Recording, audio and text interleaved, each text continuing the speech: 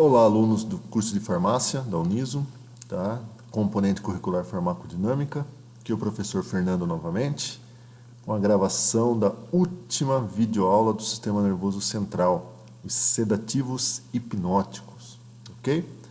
Então, relembrando que eu fiz videoaula sobre antidepressivos, sobre anticonvulsivantes, sobre antipsicóticos e agora os sedativos hipnóticos, tá ok? Reforço todo o início de videoaula que a melhor forma de estudar é a boa e velha leitura ao capítulo do livro que nós estamos utilizando como principal na disciplina, o principal autor, que é o Katsung. O livro está disponível lá na biblioteca virtual da universidade, disponível na biblioteca física, né? E também tem textos resumidos de cada capítulo na nossa sala de apoio, ok? Então vamos lá para a última aula sobre sedativos hipnóticos. Sedativos hipnóticos, pessoal, são fármacos que possuem a capacidade de produzir sedação, né? Fármacos que possuem a capacidade de incentivar o sono, de fazer a manutenção do sono. Tá? Se eles produzem a sedação, eles também têm que ter como alívio concomitante da ansiedade. Okay? Para ser efetivo, um fármaco sedativo deve ser um excelente ansiolítico, deve reduzir a ansiedade e exercer um efeito calmante na pessoa. Hipnóticos são fármacos que possam causar a sonolência, facilitam o início e a manutenção do sono. Tá? O que vocês vão observar aqui nos sedativos hipnóticos, pessoal, é que tem duas classes que são usadas para praticamente tudo no sistema nervoso central, que são os barbitúricos e os benzodiazepínicos. Tá? O que vai variar muitas vezes na utilização de medicamentos de representante de ambas as classes é a dosagem. Então, quanto menor a dose, né, pequenas doses, eles causam sedação. Doses maiores, eles vão causar hipnose. E o aumento ainda maior dessa dose pode causar uma anestesia cirúrgica. Tá? Então, a depressão do sistema nervoso central ela é graduada dependendo da dose. Isso é a característica de uma maioria dos fármacos sedativos hipnóticos. Tá, ok? Para a gente entender, então, a questão da hipnose, né, fármacos que são capazes de produzir o sono, a gente tem que entender a questão da vigília e do sono. O que é a vigília e o que é o sono? A vigília é o nível de consciência, é o estado de atenção, é o estado de alerta, né? A condição de desperto, digamos assim. Já o estado de sono é o estado da inconsciência, onde o indivíduo não está consciente, mas ele pode ser despertado. Tá? Diferente, por exemplo, de uma sedação. O sono é fisiológico, a pessoa dorme para poder fazer uma regeneração, mas ela pode ser despertada. Já a ação de um sedativo hipnótico, se você causar sedação na pessoa, você não vai conseguir despertá-la, né? Ela só vai ser despertada quando passar o efeito do fármaco, ok? A falta do sono prejudica muito a saúde, tá? Principalmente o sistema imunológico, o sistema de aprendizado e principalmente do crescimento celular. É durante o sono que nós temos uma regeneração celular e um crescimento celular. Só relembrando um pouquinho da fisiologia do sono, né? O sono ele é dividido em alguns estágios. O estágio 1, que é a transição da vigília para o sono. O estágio 2, que é o início do sono pesado, né? O estágio 3 aqui é o início do sono profundo, começa a ter uma recuperação fisiológica. Já o estágio 4, nós estamos no sono profundo e há uma diminuição da frequência cardíaca e da pressão arterial. Tá? E o estado do sono, considerado o estado do sono REM, né, é o sono restaurador, no qual o corpo fica imóvel e apenas os olhos se mexem. Tá? A sigla REM é uma sigla em inglês, que é de movimentos repetitivos dos olhos. Essa lâmina aqui mostra os estágios do sono medido em ondas cerebrais. Então, a pessoa devia estar com eletrodos e a cada estágio se observa um comportamento da onda cerebral. Tá? Aqui a sigla Rapid Eye Movements, que é o movimento rápido dos olhos que caracteriza o sono REM aqui, ó. Ok? Insônia, né? Falamos de sono para chegar num dos tratamentos, digamos assim, dos sedativos hipnóticos, pessoas que sofrem de insônia. É a diminuição da quantidade ou a piora da qualidade do sono, levando a uma diminuição do bem-estar durante a vigília. A pessoa que não tem uma boa noite de sono não vai ter um bom dia de trabalho também, né? A vigília dele vai estar prejudicada.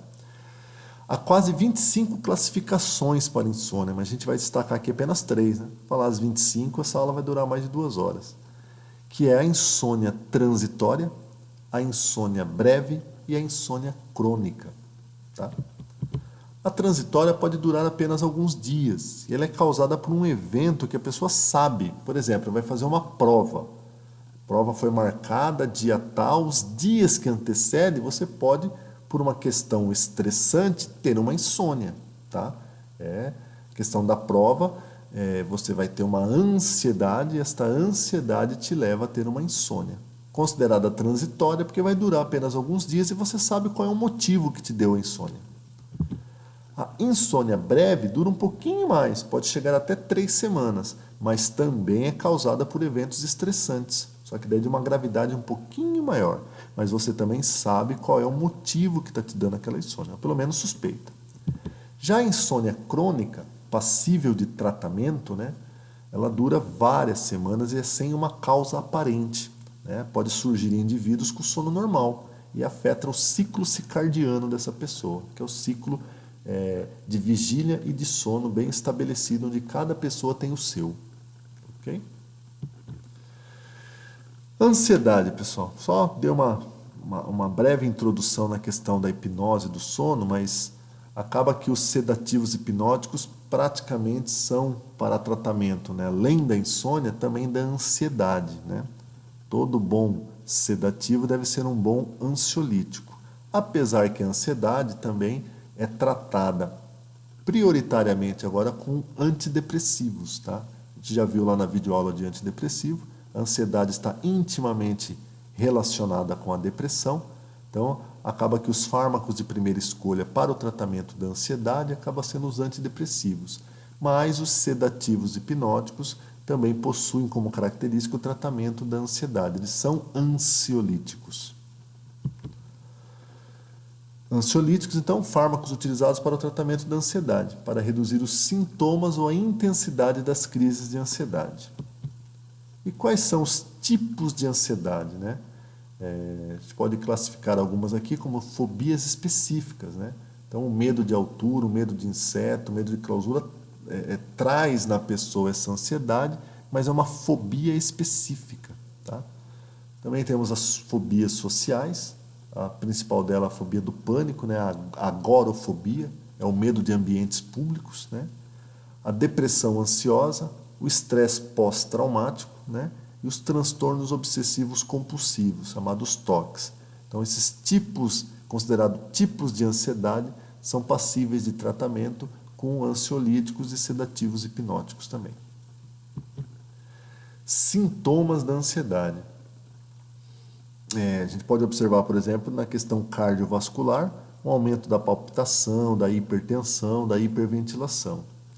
O que acomete o sistema endócrino, por exemplo, é uma elevação dos níveis de corticoides, né?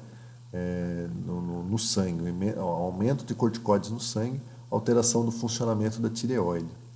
No trato gastrointestinal, pode-se observar a pessoa muito ansiosa, sofrendo de gastrite, de úlceras e até de diarreias. Né? E no sistema nervoso central, pode causar uma insônia, uma agitação, uma dificuldade de concentração. O tratamento farmacológico da insônia e da ansiedade, como eu falei, né? A ansiedade acaba, num primeiro momento, tendo como fármaco de escolha os antidepressivos, tá? Mas já para a insônia ou para a sedação, não. E as duas principais classes, volta aqui, os barbitúricos e os benzodiazepínicos, tá? Também tem alguns agonistas serotoninérgicos, mas principalmente os barbitúricos e os benzodiazepínicos, tá?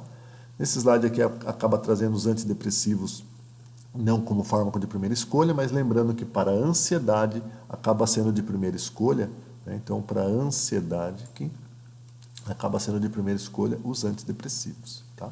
E para insônia e para causar a sedação, os barbitúricos e os benzodiazepínicos, tá? Vimos os barbitúricos com uma maior ênfase lá nos anticonvulsivantes, tá? Vamos dar uma relembrada aqui, mas vamos ver os benzodiazepínicos agora com uma maior ênfase, tá ok?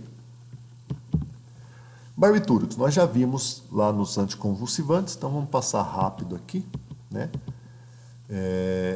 Esse é um receptor do tipo GABA, né? Receptor GABA do tipo A, né? Receptor GABA-A, ele é um receptor que faz a mediação dos canais de cloreto, eles promovem a abertura do canal de cloreto, tá? E os barbitúricos se ligam num sítio de ação nos receptores GABA, assim como os benzodiazepínicos também, tá ok? Os barbitúricos, eles promovem uma abertura do canal de cloreto por uma maior quantidade de tempo, né? Fisiologicamente, o GABA se liga e promove a abertura do canal de cloreto.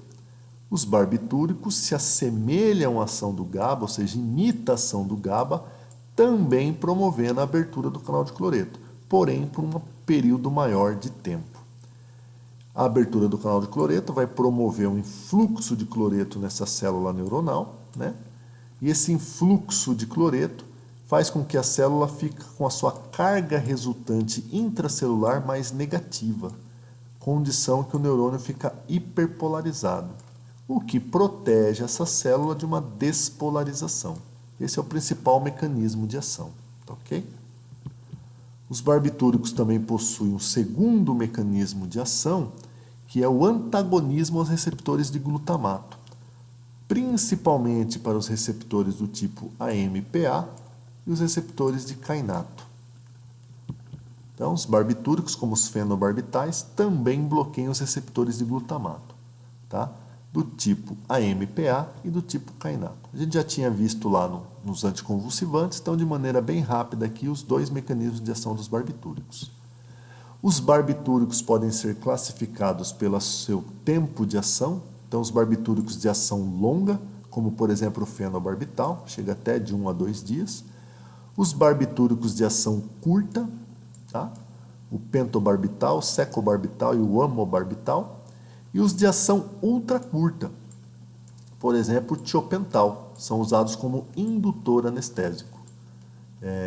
Na minha dissertação de mestrado, eu andei comentando com vocês que eu fiz a parte laboratorial, né, com o uso de alguns cobaias, com o uso dos ratos Whisters, e para poder manipular os ratos eu tinha que anestesiá-los. Eu usava justamente esse medicamento aqui, ó, tiopental, de ação ultra curta.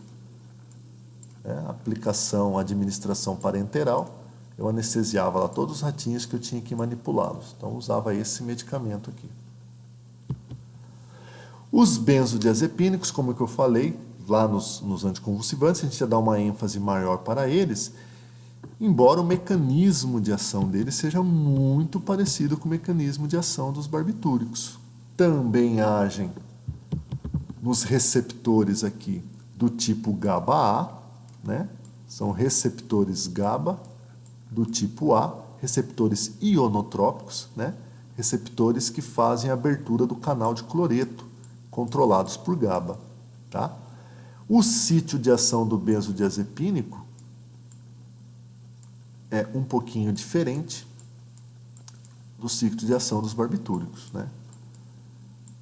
Mas ao se ligarem aqui, os benzodiazepínicos, ao se ligarem aqui, né, sozinho eles não promovem a abertura do canal de cloreto, né? Aí está uma pequena diferença com relação aos barbitúricos. Os barbitúricos, eles não dependem do GABA para poder fazer a abertura do canal de cloreto. Eles têm essa capacidade, os barbitúricos aqui, a hora de se ligar, independente da ação do GABA, eles vão promover a abertura do canal de cloreto por um maior período de tempo.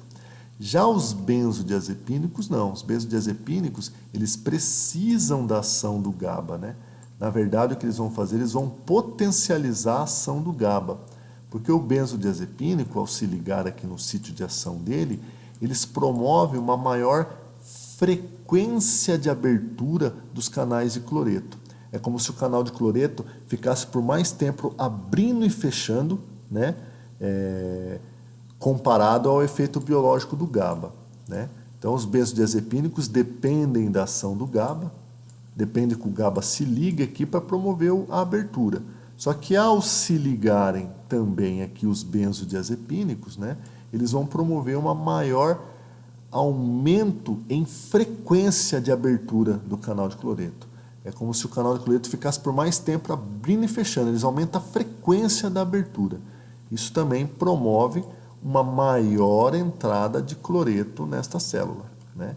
Os barbitúricos, porque abre por um maior período de tempo. Os benzodiazepínicos, porque aumentam a frequência de abertura. Tá ok? Então, ambos os fármacos, né, promovem um maior influxo de cloreto.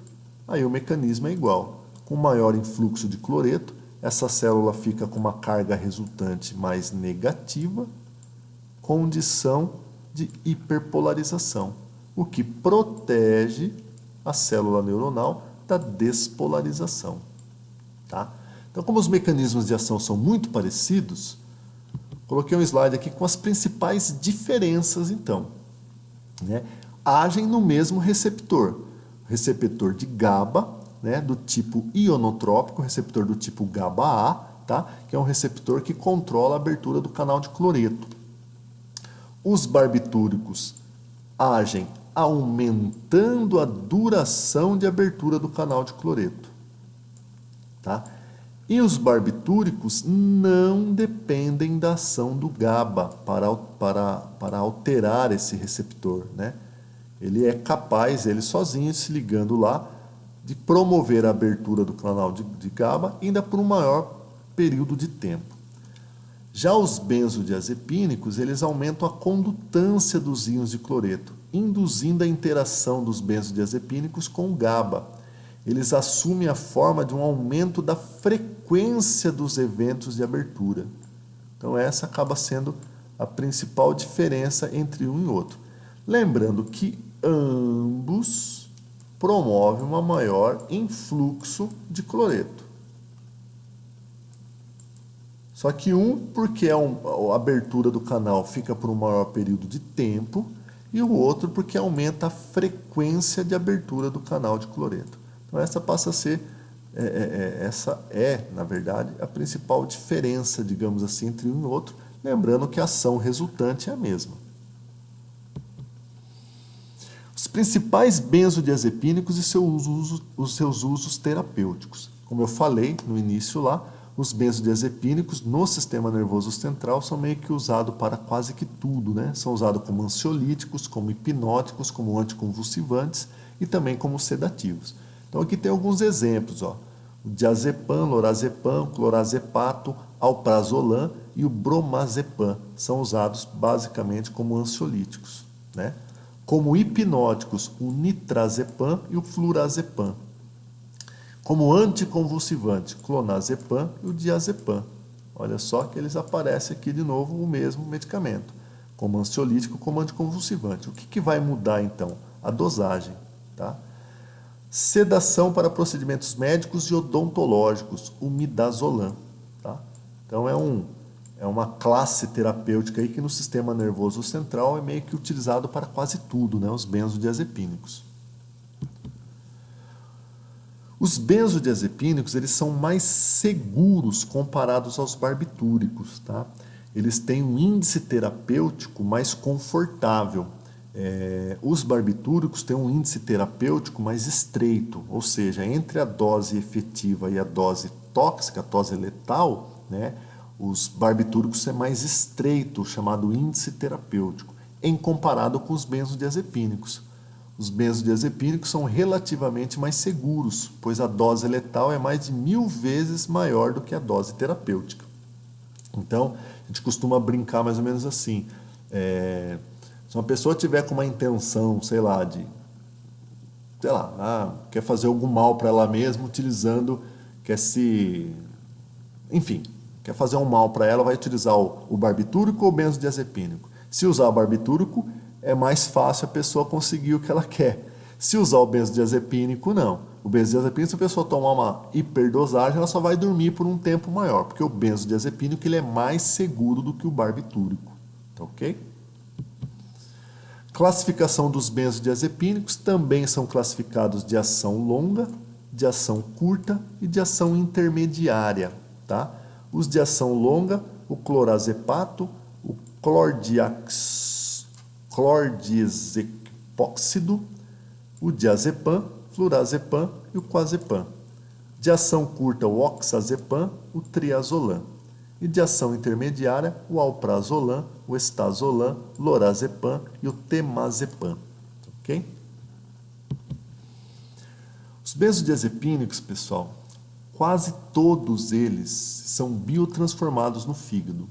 E aí vem uma característica importante dos benzodiazepínicos que estão diretamente relacionados com o seu tempo de meia-vida. Tá? Quase todos os metabólitos dos benzodiazepínicos são ativos. Farmacologicamente, eles são mais ativos muitas vezes do que o próprio diazepam, que foi um dos primeiros. Então, se observou que, ao passar pelo fígado e sofrer as ações hepáticas de tentativa de excreção dessas substâncias, né, o fígado vai ligando alguns grupamentos lá e criando os metabólitos. E os metabólitos dos benzodiazepínicos, eles são muitas vezes mais ativos do que a própria droga inicial. Tá? Então você vê aqui, por exemplo, o trazolam, ele tem uma ação curta. Tem uma ação curta porque ele é um dos únicos que não tem um metabólito ativo, metabólito nenhum. Mas se você vê, por exemplo, aqui, o diazepam, tem uma ação super longa, maior que 20 horas. Por quê? Porque ele tem um metabólito ativo. Então, quando você faz a administração do diazepam, por que ele fica por muito tempo agindo? Porque a hora que ele passa pelo fígado, e o fígado vai fazer lá as metabolizações de fase 1 e fase 2, onde eles vão surgir os metabólitos, o metabólito que surge da reação hepática, o metabólito acaba sendo mais ativo muitas vezes do que o próprio fármaco inicial, né? Então, quase todos os metabólitos dos benzodiazepínicos possuem atividade, né?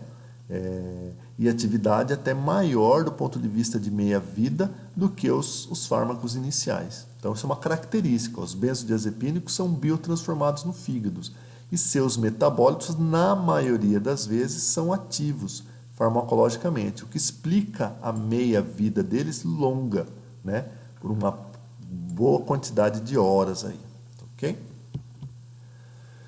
A buspirona, pessoal, é uma outra classe também usada como ansiolítica, tá? Que se difere um pouco no mecanismo de ação. A buspirona como ansiolítico, ela alivia a ansiedade, tá? É um fármaco que é um agonista parcial dos receptores de 5-HT1A, ou seja, ele é um agonista parcial da serotonina, tá ok? Então, estava lá no primeiro slide, que é um fármaco também que pode ser usado como ansiolítico e se difere um pouco o seu mecanismo de ação, porque a buspirona é uma agonista parcial da serotonina, agindo principalmente fazendo o agonismo parcial em receptores do tipo 5-HT1A. Tá? Pessoal, acho não, né? A aula de sedativos hipnóticos acaba sendo uma aula mais rápida, porque basicamente a gente falou novamente dos barbitúricos e dos benzodiazepínicos, tá? Só deu uma ênfase um pouquinho maior para os benzodiazepínicos, mostrando as diferenças entre os barbitúricos e os benzodiazepínicos, tá? Mas basicamente é a farmacologia dos sedativos hipnóticos, tá? Então, estamos encerrando aqui as videoaulas, tá? Espero que ajude vocês para estudarem para a prova. Espero que foi possível tirar algumas dúvidas. Me deixo à disposição também, fico à disposição, vocês têm os meus contatos, tá? Na hora que vocês estiverem estudando lá, tiverem alguma dúvida, pode entrar em contato, tá ok? A gente encerra aqui então as videoaulas. Foi uma videoaula sobre antidepressivos, uma videoaula sobre sedativos hipnóticos, videoaula sobre antipsicóticos e a videoaula sobre anticonvulsivantes, tá ok? Espero ter ajudado vocês aí nesse processo de vocês de aprendizado, tá ok? Então, até mais, pessoal, até a próxima aula.